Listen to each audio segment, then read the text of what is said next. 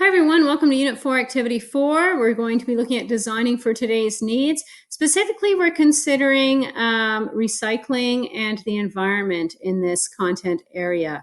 So we're going to take a look at style and how style and function have to go hand in hand.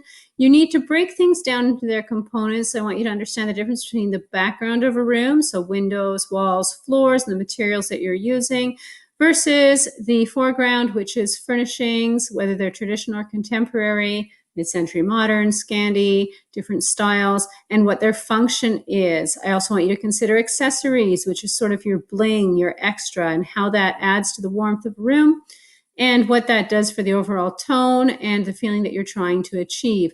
Again, looking at the stage of the life cycle your client would be in, whether it's an individual, a couple with small children, where you would need to consider safety issues, or an elderly couple where you might need to consider how they're accessing their spaces. So for example, for an elderly couple, you wouldn't create a kitchen with cupboards going high up to the ceiling or way down low to the floor, because they have difficulty reaching high up, and you certainly wouldn't want them standing on chairs, and they have difficulty leaning down. So if they do have low cupboards, maybe you want to make those into drawers with lift actions so that they can easily reach everything that they need. So think about accessibility when you're reading through these examples in the content. Your second page of the content is going to deal with the environment specifically, a review of non-renewable and renewable sources, how to conserve water, and you're going to do a learning object where you look through recycling itself and thinking about energy, so that when you do your final culminating for the entire course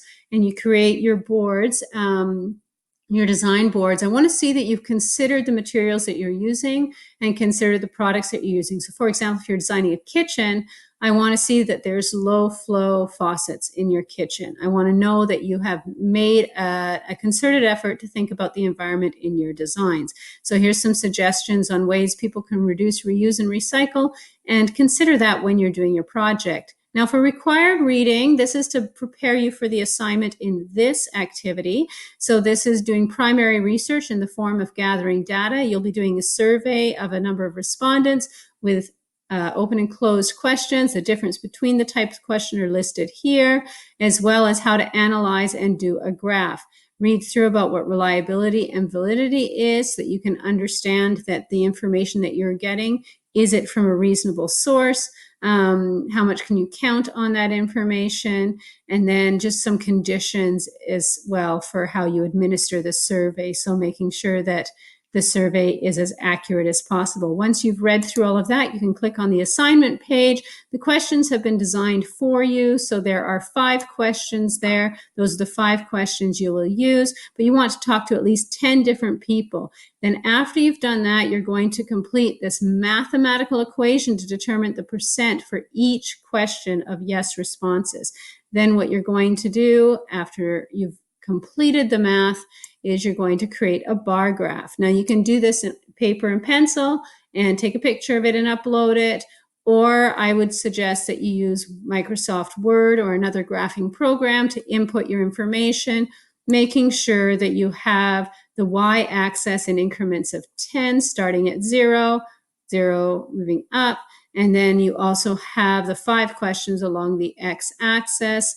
Graph your percentage of respondents to each question on the graph, and then discuss your results in a paragraph. Make sure your paragraph looks specifically at the results and the information, stating the percentages that you found, not giving general fuzzy little answers like I think or I feel, but these results show. I want some specifics, okay? So here's an example of something you might say.